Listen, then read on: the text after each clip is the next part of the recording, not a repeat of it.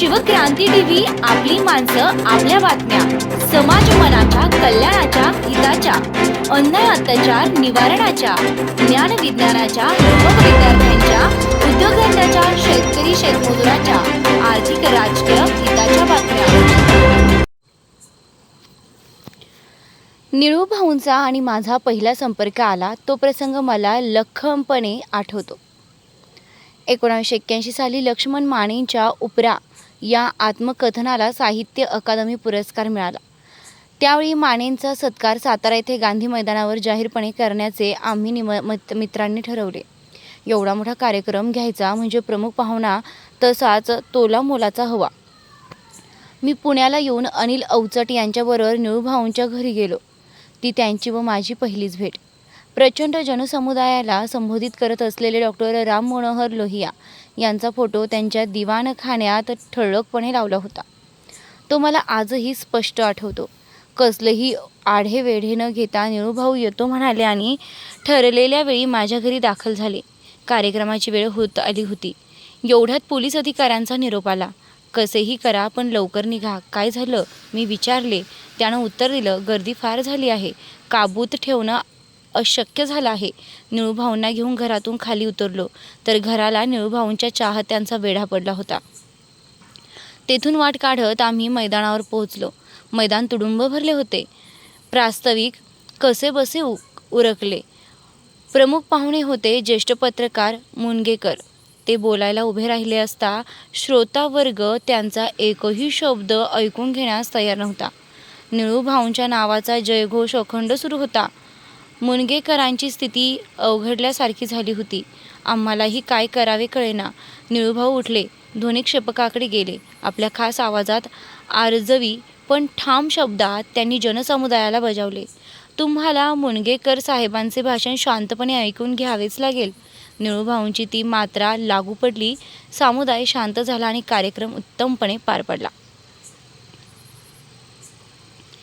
1990च्या दरम्यान मी निळू भाऊंना अंधश्रद्धा निर्मूलन समितीचे अध्यक्ष होण्याची विनंती केली। पदे स्वीकारणे हा निळू भाऊंचा पिंड नव्हे। त्यांनी नकार दिला, मात्र त्याचवेळी शब्द दिला की मी तुला दर महिन्यातील 2 दिवस देईन। हा शब्द निळू भाऊंनी फार कसोशीनं पाळला। प्रमुख पाहुणे निळू भाऊ आहेत असं जाहीर झाल्यानंतर त्या कार्यक्रमाला गर्दी जमणं हा प्रश्नच राहत नसे। निळू भाऊंना चळवळीबद्दल मनपूर्वक आस्था होती, त्यामुळे त्यांनी कधीही मानधन घेतलं नाहीच। परंतु कार्यक्रमाच्या वेळी स्वतःची निवास, प्रवास, भोजन व्यवस्था कशी असावी याबद्दल कधीही आग्रह धरला नाही।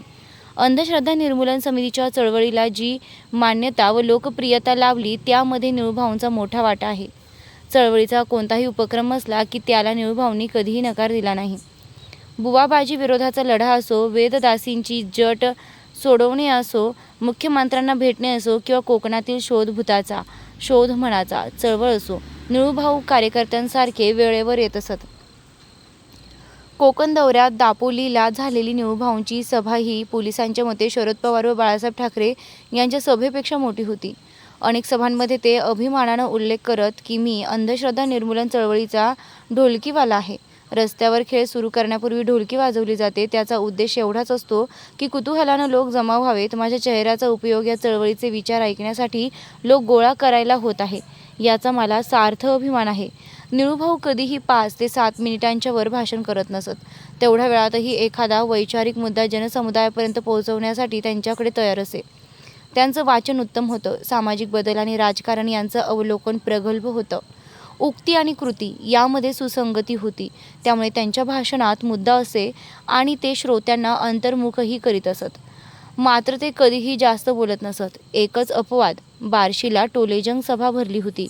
आधी माझे भाषण झाले, त्यानंतर ध्वनिक्षेपक व्यवस्था पूर्णतः कोलमडून गेली। श्रोत्यांना भाषण ऐकू गेले नाही। ध्वनिक्षेपक बदलण्यात आले। नंतर रामभाऊ नगरकर बोलले। एक पात्री नाटक सादर करणारे दमदार गडी, पण ध्वनिक्षेपकानं पुन्हा दगा दिला। समुदाय अस्वस्थ होता। निळू भाऊ बोलायला उठले। आमच्या दोघांच्या भाषणाची कसर त्या दिवशी 25 ते 30 मिनिटे बोलत त्यांनी भरून काढली। निळू भाऊंचे मी ऐकलेले ते सर्वात मोठे भाषण होते। निळू भाऊ महान कलाकार होते, ते सर्वज्ञात आहेत। दिलीप कुमार, नसीरुद्दीन शहा यांना त्यांच्या अभिनयाचं कौतुक होतं। डॉक्टर लागू जगातील उत्तम नटांमध्ये निळू भाऊंची गणना करीत। निळूभाऊंचा चाहता वर्ग महाराष्ट्रात अफाट पसरलेला होता. त्यामुळे सर्व वेळा त्यांची अवहेलना होईल असं घडत असे. पण तेही स्थितप्रज्ञ वृत्तीनं निळूभाऊ एक शब्दही न उच्चारता सहन करीत असत. एकदा अत्यंत धावपळीचा दौरा असताना रेल्वेत रात्रीच्या वेळी वातानुकूलित दुसऱ्या वर्गाचं आरक्षण मिळालं नाही. साध्या दुसऱ्या वर्गातील एका गैरसोयीचा साईड बर्थ मिळाला. त्या गर्दीच्या डब्यात निळूभाऊंना आम्ही बसवलं. तेथील माणसांना वाटले की हे चित्रपटातील शूटिंग आहे. शांतपणे बर्थवर चढले आणि निद्राधीन झाले. हे फक्त निळूभाऊंनाच करू शकले. निळूभाऊंना व्यवहार पक्का कळत असे. माणसाची उत्तम जाण होती. खरे खोटे समजत असे, परंतु त्यांच्यातील ऋतुजा भिडस्तपणा धारण करीत असे. त्यामुळे अनेकदा निळूभाऊंना वैताग येत असे.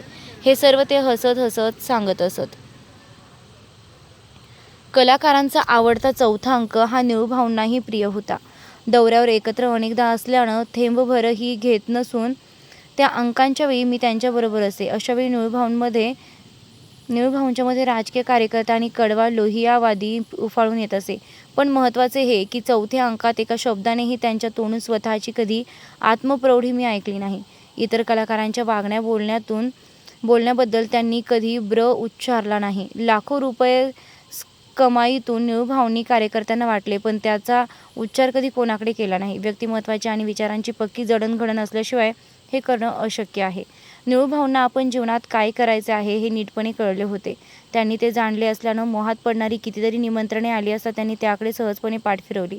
आयुष्यभर समतावादी विचारांशी संगत करत ते जगत राहिले. मस्तीत राहिले, मजेत राहिले. जीवन त्यांना कळले. हो, या बोरकरांच्या ओळीची सार्थकता म्हणून निळूभाऊंच्या जीवनाकडे बोट दाखविता येईल. निळूभाऊ मोठे कलाकार होतेच, परंतु त्याहून अधिक महत्त्वाचे म्हणजे एक महान माणूस होते. पूर्वप्रसिद्धी अंधश्रद्धा निर्मूलन वार्तापत्र, ऑगस्ट 2009.